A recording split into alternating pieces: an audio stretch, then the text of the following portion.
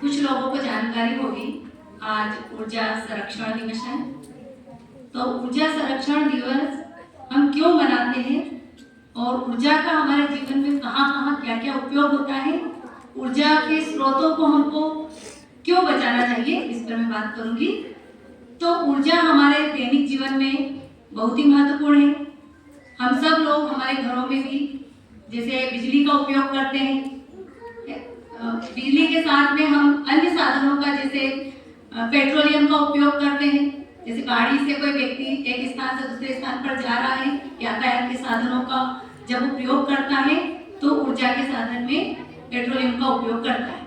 हम सभी इस चीज को भलीभांति जानते हैं। तो दिन प्रतिदिन हमारे जीवन में ऊर्जा का प्रयोग होता है। तो ऊर्जा के जो साधन है, दो तरह के साधन है, नवीनीकरण और अनवीनीकरण। नवीनीकरण जो साधन होते हैं हमें प्रतिदिन मिलते हैं नए रूप में, जैसे सौर ऊर्जा, पवन ऊर्जा। तो सौर ऊर्जा और पवन ऊर्जा को जो हमारे ऊर्जा के जो साधन है वो खत्म ना हो तो उनको विकल्प के रूप में हमको प्रयोग करना चाहिए। हमारे लिए अभी हम देखने में आ रहा है कि ऊर्जा संकट जैसी समस्या का सामना कर रहे हैं। ऊर्जा का संकट है क्योंकि हम पेट्रोलियम का बहुत उपयोग कर रहे हैं, विद्युत का उपयोग करते हैं और कोयले का उपयोग होता है। तो ये साधन भविष्य में खत्म हो जाएंगे, जिसके कारण पर्यावरण संबंधी समस्या, ग्लोबल वार्मिंग की समस्या और जलवायु परिवर्तन की समस्या जो हम देख रहे हैं वर्तमान में भी, ये हमारे दैनिक जीवन में ये सब चीजों का हम ज्यादा उपयोग करते हैं, इसलिए ऊर्जा का संकट का खतरा भविष्य में मंडराएगा।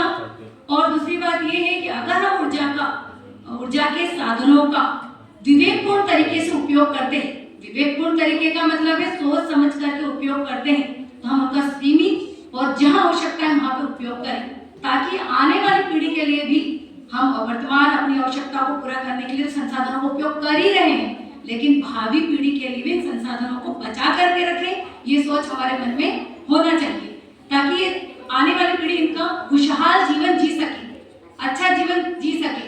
इसलिए हमको संसाधनों का सीमित और कम उपयोग करना चाहिए। तो इसका उपयोग हम कैसे कम कर सकते हैं? अभी आप लोग सब ऊर्जा के साधनों के बारे में जानते होंगे बच्चों, जानते हो बच्चों? इधर ऊर्जा के जो स्रोत है, साधन है, उनके बारे में हम सब जानते हैं। ऊर्जा का मतलब भी सब जानते हैं। ऊर्जा क्या होती है? शक्ति जो हमें घरों में प्रकाश के काम आती है, गर्मी के में काम आती है, उसे ऊर्जा कहा जाता है। इसके साधन है ये, तो हम भावी पीढ़ी के लिए बचा करके रखें। तो आज सबको पता होना चाहिए ऊर्जा संरक्षण दिवस है, 14 दिसंबर को मनाया जाता है, क्योंकि ऊर्जा के साधनों को हमको किस तरह से बचाना है इसकी जागरूकता लाने के लिए ऊर्जा संरक्षण दिवस मनाया जाता है। क्योंकि बचाना हमारे सबके लिए जरूरी है। सबका जीवन खुशहाल तभी होगा तब हम इनका कम उपयोग करेंगे और भावी पीढ़ी के लिए बचा करके रखेंगे। तो ऊर्जा के साधनों को बचाने का कौन सा तरीका है, आप में से कोई बता सकते हैं? ऊर्जा के साधनों को बचाने का कौन सा तरीका है? हम घर में जरूरत से ज्यादा बिजली का उपयोग ना करें, जितनी जरूरत है उतनी बिजली का उपयोग करें।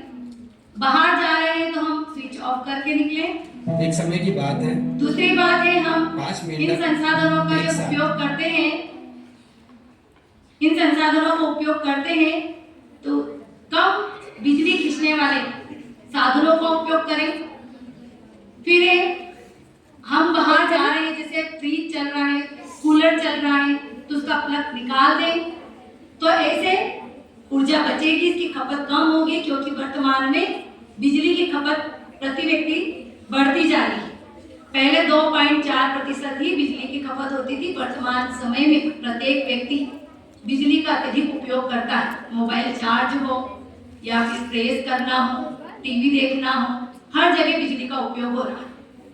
हालांकि इसके विकल्प के रूप में हम पवन ऊर्जा और सौर ऊर्जा का प्रयोग कर सकते हैं। तो सौर ऊर्जा का प्रयोग हम कहां कहां कर सकते हैं, बता सकते हैं? सौर ऊर्जा क्या है बता सकते हैं? हम सूर्य से प्राप्त ऊर्जा सौर ऊर्जा कहलाती है। तो उसका प्रयोग हम करके कहां कहां कर सकते हैं? देखो, सौर ऊर्जा के बारे में बताती हूँ। आप लोगों ने जनक पलटा जी का नाम सुना होगा। उनके अगर उनके सनावलिया में जो रहती हैं, सस्टेनेबल विकास डेवलपमेंट के ऊपर काम करती है वो, तो सौर ऊर्जा का प्रयोग करती है वो।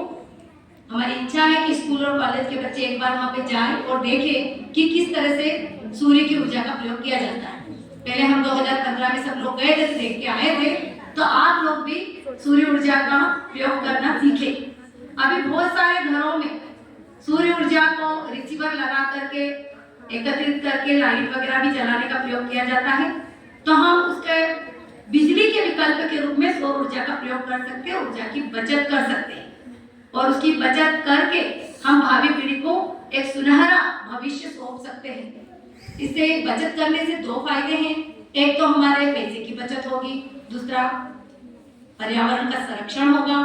तो पर्यावरण के संरक्षण के लिए हमको और धरती को यदि बचाना है, हमारा जीवन अच्छा करना है, तो हमको सौर ऊर्जा का प्रयोग करना, पवन ऊर्जा का प्रयोग करना और जो अनवीनीकरण संसाधन है उनका प्रयोग सीमित करके हम ऊर्जा का संरक्षण कर सकते हैं।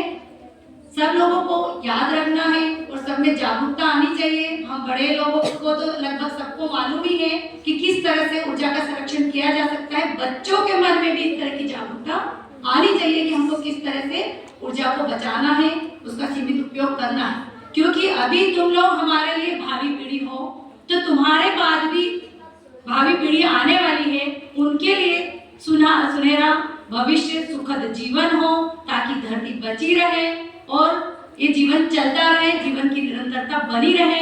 इसलिए हमें ऊर्जा का संरक्षण करना चाहिए। तो पैसे की बचत के साथ में पर्यावरण की भी बचत होती है। प्रत्येक व्यक्ति के मन में ऐसे विचार आना चाहिए कि हम इसका सीमित उपयोग करें और सबकी जिम्मेदारी है, दायित्व है कि हम इसका कम से कम उपयोग करके संसाधनों का बचाएं। देखो, एक तरीका ये भी पेट्रोलियम का हम कम उपयोग कैसे कर सकते हैं कि मेरा मानना ऐसा है, कस्तूरबा ट्रस्ट में किया जा सकता है कि सप्ताह में या मंथ में एक बार क्यों ना गाड़ी का प्रयोग ना करके सभी भाई बहन जो अपनी कार से आते हैं, टू व्हीलर से आते हैं, क्यों ना साइकिल से आए, ताकि पेट्रोलियम की बचत हो जाए। ये एक तरीका है, मेरा विचार है। आप कहेंगे कि मेरे पास गाड़ी नहीं है, मैं यहीं रहती हूँ, इसलिए शायद ये विचार रख रही हूँ। हो सकता मुझे गाड़ी चलाना आती, बाहर से आती, तो हो सकता मैं तो बस में ही आती, तो उसी में बस में तो बहुत सारी सवारी रहती, तो बचत होती, मेरी तरफ से स्पेशल ना कोई खर्च नहीं होता।